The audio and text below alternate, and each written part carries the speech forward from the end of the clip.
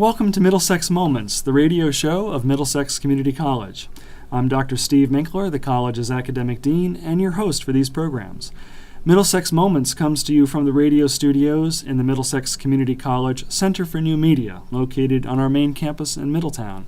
And in fact, joining me today for this spotlight on faculty members is Rick Eriksen, who's professor of digital arts and multimedia. How you doing, Rick? I am doing well, thank you. Well, thanks for joining me today. No problem, this should be fun. So what's happening in the Center for New Media in your part of the world here? In my part of the world, we are continuing to try to get any type of student to come into what I call the playground, Center for New Media, so they can tap into their creative aesthetic self and hopefully weave that into a career, a profession, a satisfying path for them to use digital technology, and it's all over the place. I mean, now which is more typical for you? Do you get students who clearly know this is exactly what I want to do and I'm here to get it, or students who are still kind of finding themselves and finding their creative voice? What's funny is most of the students that come in who are saying, I totally want to do this, I know exactly what it is, tend to, at the end of the run, have sort of a different idea. Not extremely different, but it's shifted a little bit in terms of the direction. And then I would say probably there's a majority are I think I want to do this, but I'm just not quite sure which avenue to sort of go down. So I think it's definitely a little bit more exploratory as far as the students that are coming in. A smaller percentage you have. So it sounds a little like the role you play as a professor is almost like a tour guide of their future in some ways. That is a great analogy. I'm definitely going to stick with tour guide. I might actually get a hat now that you're mentioning that. That's pretty cool. Yeah, definitely. I would say that is probably my primary role, is tour guide with a little bit of trying to pull people away from, hey, teach me this specific skill and I will be able to take on the world. It doesn't really, with creative media, it doesn't really work that way. So much of who you are, what you're aware of around you, your environment, and what the story is that you need to tell or sell is huge. It's not the tech. So a lot of what I do is sort of tour guide people and try to reconnect them, believe it or not, to what I think might be the heart of using digital tools in a creative way. Mm-hmm. And that's what they are. They are tools, and it's a way to express yourself, and it's not that you want to be so immersed in those tools that you just get lost in them for their own sake, right? You're really using them to you're using them to build something, and I think that's important. I think one of the difficult things is it's so easy and it's so cool, and it's so to get into a particular tool or just application or technology, and you get into it, you lose sight of what makes a good production or a good piece of art, whatever the terminology or labeling you want to use. And so we miss that. We miss the pre-production. We miss the percolation of ideas. We go right to the tools now. We go, let me push that button. Oh, that's a fun filter. And honestly, like I said, I think I spend a lot of time trying to pull people back from that to get a little bit more in touch with the things that are actually going to make what they create with that technology far better, I think. And I think the end result are times when we see the students' work at the end of the year. The Middlesex Arts and Media Festival that we have every year in May is a real showcase for students and their ability to take these tools and to be able to parlay that into a digital media presentation or a film or maybe a pencil drawing and the fine arts. Yeah, or for instance, this last Arts and Media Festival, we had a student for their advanced media project do an installation, a digital multimedia installation, which, that included physical lights, sounds, animations running, multiple levels of media playing in an actual experiential way. This wasn't something, I could click on and watch anytime. It was an installation, art installation. And so, blending all of that together and deciding what tool makes the most sense to really convey the message. The Arts and Media Festival is definitely a showcase place, and it tends to, it's continuing to sort of expand in its use of the technology and the tools. Ultimately, if folks can actually not know what tool has been used to create whatever it is, that's the goal, ultimately. But Well, that's great. Well, more with Rick Eriksen here from Middlesex Community College after the break. I'm Steve Minkler, and you're listening to Middlesex Moments. Welcome back to Middlesex Moments. I'm Steve Minkler, your host, coming to you from the Center for New Media at Middlesex Community College. And I'm sitting here with Rick Eriksen, who's a professor in digital arts and multimedia. And Rick, we talk about the Center for New Media, but I think, for our listeners, how do you get your hands around what new media is? Oh, new media. It's everything. It's evolving technology. I think that you have to, new media. It's combining, obviously, the fundamental old school sort of things that people think of media with new technology. And so that new technology is everything from display technology, cell phones, tablets, headsets, into virtual reality and VR.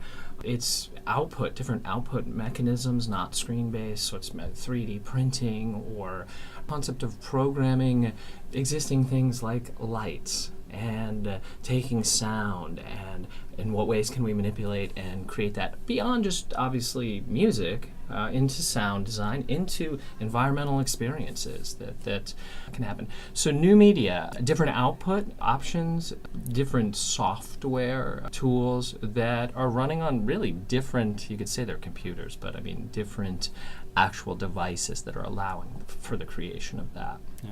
Well, I think for me, the change represents something that is fundamentally different from the background that you and I both have, which was in the media industry as it existed in the dark ages years ago, where maybe you were more of a specialist, where today, you could work in new media and you could be working on something that's on screen, or as you were talking before the break about an installation, which might be a museum piece or something like that, or something that goes into print or even on large billboards. So it really...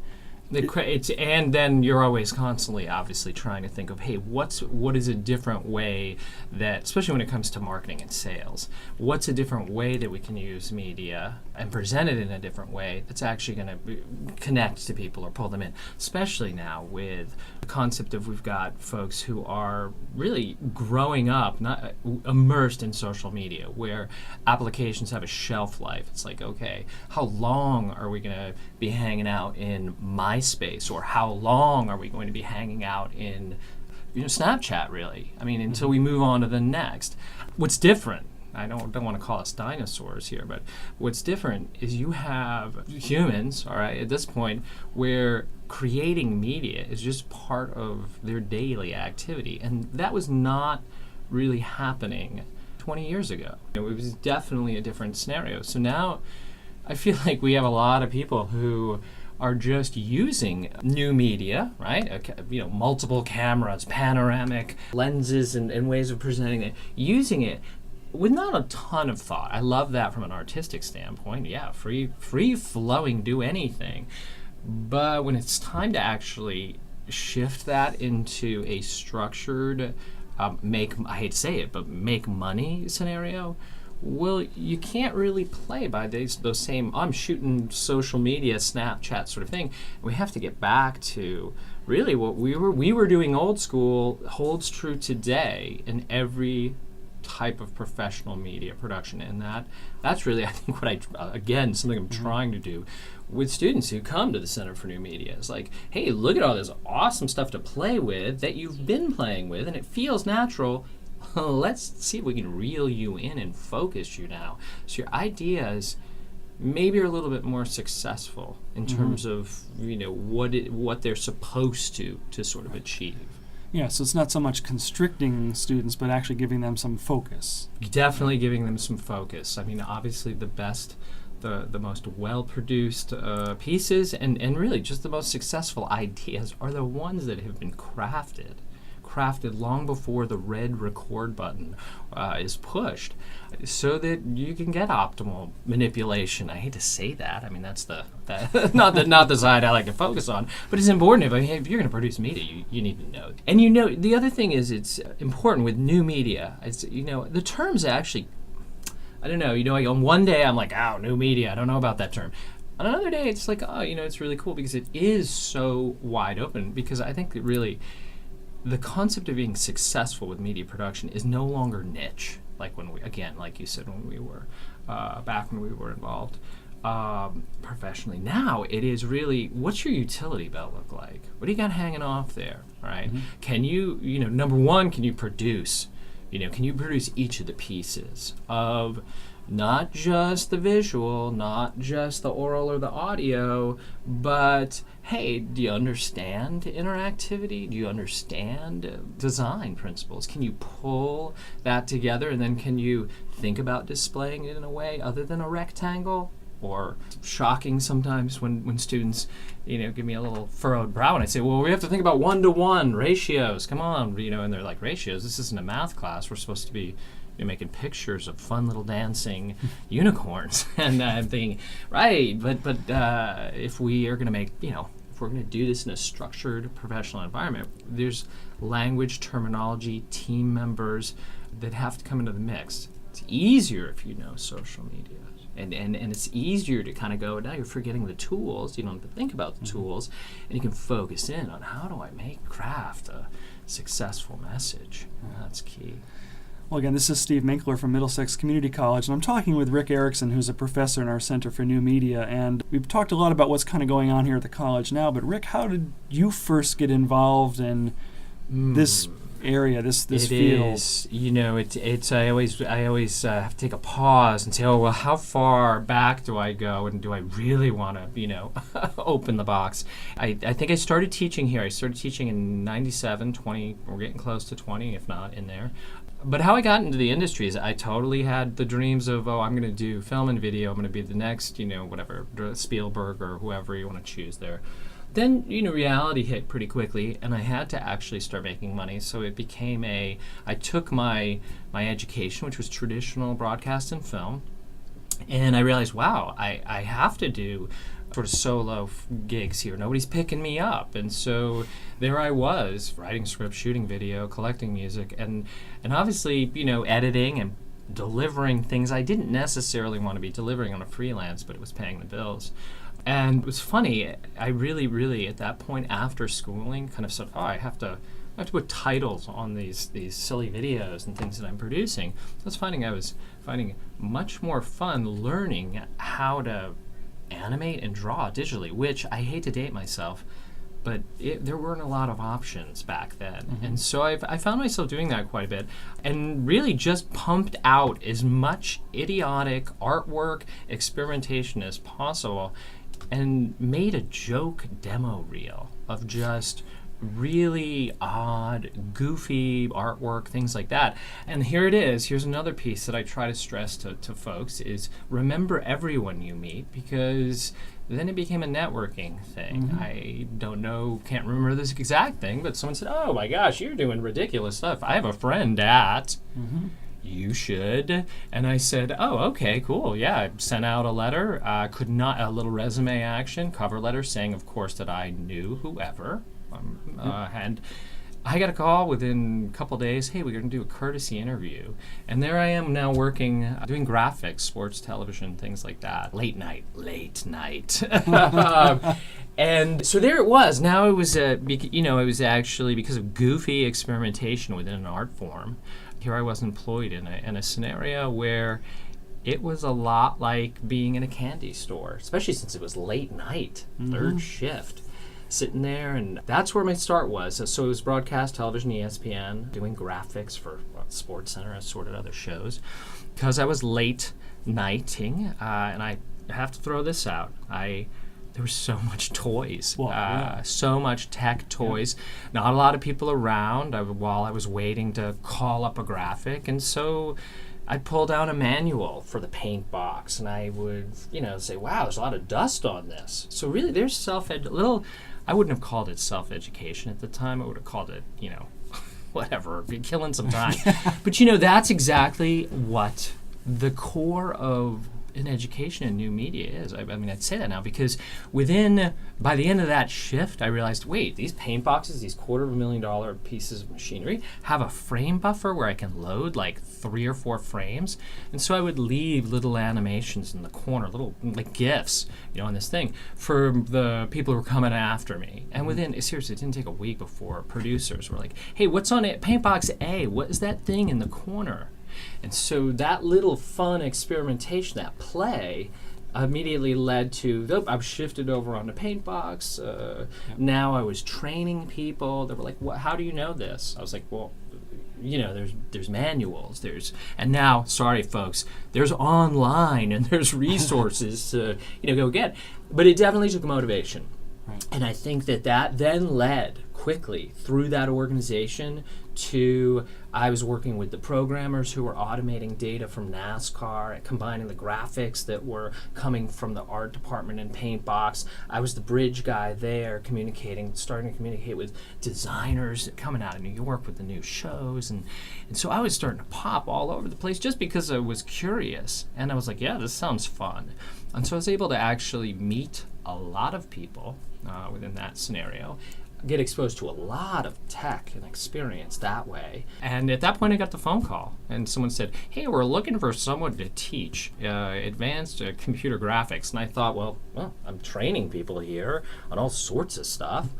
Why not give it a whirl? So that kind of led to the sort of the straddling between the broadcast environment, motion graphics, animation, and then the teaching.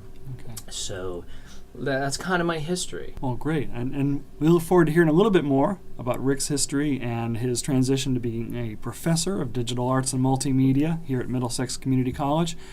After the break, you're listening to Middlesex Moments, and I'm Steve Minkler.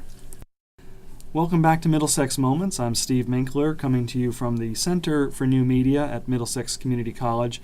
And I've been speaking with Rick Eriksen, who's a professor of digital arts and multimedia. And more than that, Rick is known on campus as a bit of a media wizard and a magician, in the sense that he certainly is one of our well-loved professors here, but Rick is involved in a number of things at the college that kind of speak to his commitment to the community and to being involved as a member of our campus. So, for example, Rick, I'll let you talk a little bit more about your role in our Red Moon Festival, where you play multiple roles.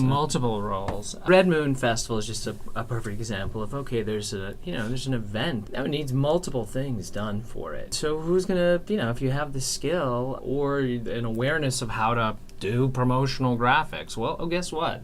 That design, the logo, goes into, from a logo, now we go into a poster or print, into a digital screen, to, across the board onto the web, to all sorts of, sort of tech as far as an event like that is concerned. So of course it makes sense to do that, but then I think it's also important to try to get involved on maybe more even the personal level of an event. So that might be where I would get involved, or you want to get involved as a person, connecting and interacting with people. So I did not choose it, but yes, you're right. I'm the MC, auctioneer, and then there's all the other pieces that I just love to sort of tie together. It's funny. I think in a lot of my classes, I try to stress the concept of, hey, you guys, what's the thread? Whatever you're doing, what is the thread what are you using to weave these things together?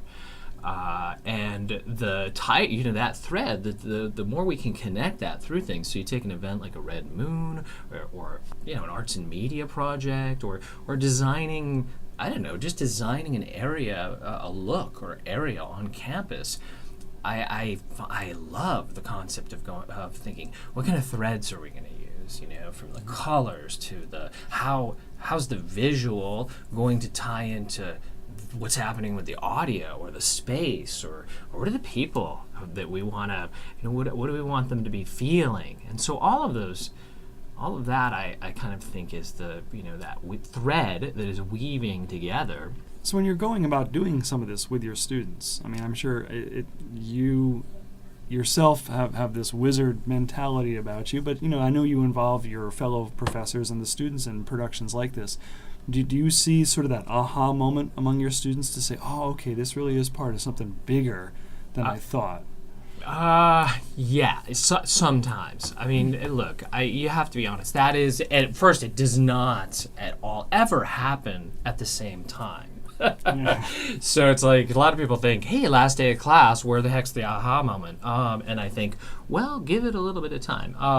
I joke, actually, at the beginning of certain classes. I say, you know what? It's okay if it's week 4, whatever it is, and you're just not going to get. Come on, hang on. At some point, you will have an aha moment, but it will be your aha moment. And I think that that's important.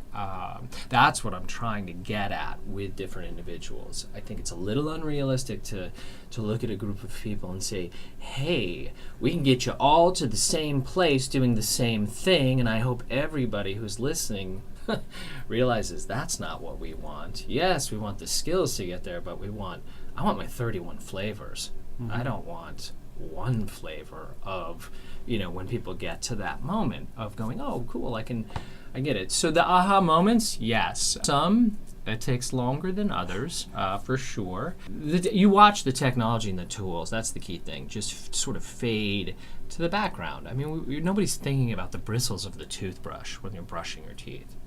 Right? Not that we're doing creative things. Well, some people are probably doing creative things with toothbrushes. Not that we're doing that with that, but that's ultimately what you want to do. You want to go, okay, whatever the tech is, what am I going to do with it? What am I going to create new with it? That's, I think, the important people. Everyone's like, new media, what's the tech? What's the new camera? What's the new device? No, it's in what way are you using the tech to create media or ideas or connect people or make people aware of things they didn't know in new ways. I mean, that would be, I think, the wizard moment of going, oh, cool, I'm a little alchemist here, dropping a little bit of this in and dropping a little bit of this in, and look what we have. Now, I think, people don't realize there's a lot of mistakes that go down and this is the time. I mean, you look, I would say, please, anybody, you're looking to become a little bit more evolved in your educational wizardry or whatever that case may be, please look at a place that provides a comfortable environment for you to experiment, because you have got to get through some of that rough stuff in anything in it that you're working on. Whether it's traditional, I'm painting a picture with a canvas and a paintbrush, or clicking through in Photoshop. Mm-hmm. The stuff you're going to do is a little, either I've seen it before, or either it's not too good because it's only your fourth time doing this, or seen that filter button before, can we move on? So you really do have to learn the tool, let the tool fade a little bit, and then be in an environment that encourages experimentation and play to find how you can make that button or that tech do something that's reflective of you. And I can use the same exact hammer, nail piece of software to create something that's reflective of my view. And then our two views, hopefully we start doing something that's even more impactful to the community and the environment that we're involved in. I don't know, that was off there, but... Well, no, but it kind of makes sense with what you said earlier about, I mean, we're trying to bring students to a certain point, not that they're all going to get to the same point even at the same time, but that they go where they need to go as creative people, as individuals, and as people who are seeking the college or any part of their education for whatever purpose they want it for. And we've got plenty of tools to do that. And, the facility here at the Center for New Media is outstanding, and you and your colleagues, again, the analogy we used earlier in our conversation about being the tour guide for what they need to do to get from point A to point B. And to be, I would hope, it's so funny that there, you do have different types of tour guides, and I think that's another important part of any organization that you go in professionally, is to understand, well, who are the players? Who's involved in my world space here, my professional world space or educational world space, and say, okay, well, here you have a Disneyland tour guide, and over here we have someone who might be a little bit more traditional, maybe like a real estate tour. Don't touch the painting. Exactly. So, that's actually, we don't talk too much about that, how important that piece of education is, that social education.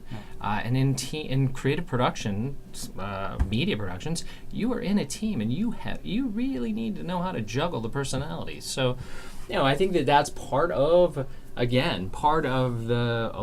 allure of this Center for New Media, is because there are different tour guides as you are experiencing new technology. Like, for instance, again, we're on the cusp of introducing, hopefully, we're integrating 360 touring, kind of touring technology and panoramic 360 video into classes and those sort of things. How do you use those new tools, to still stay, though, connected to the fundamentals of telling a good story or conveying an idea in a successful way using the tools in the media? Well, as you said, teamwork is essential in this field, but teamwork's essential for running a college. And I really want to thank you, Rick Eriksen, for joining me today here at Middlesex Moments. You're a real fantastic part of the team here, and we hope that our listeners visit us here at Middlesex Community College. By all means. I love the visitors. Yes. So yes, Middlesex Community College, our main campus here at 100 Training Hill Road in Middletown, and we also have our Meriden Center located now at Platt High School in Meriden.